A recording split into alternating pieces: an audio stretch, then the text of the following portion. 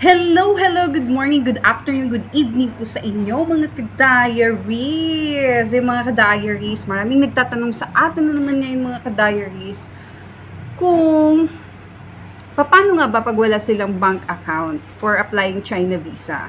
So ngayon mga ka-diaries, kasi grabe talaga yung inbox ko ngayon mga ka-diaries. Ang daming nagtatanong kasi marami pong mga magjowa, Filipino,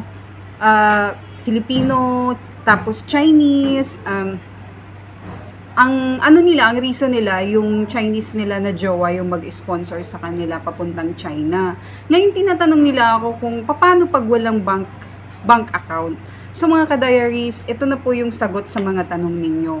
Kailangan po magkaroon po kayo ng bank account kasi hindi po siya tinatanggap ng China Embassy pag wala po kayong bank account na naglalaman ng 100,000 pataas. So, ito lang po mga ka-diaries, tips ko lang to sa mga magjowa na Filipina, Chinese.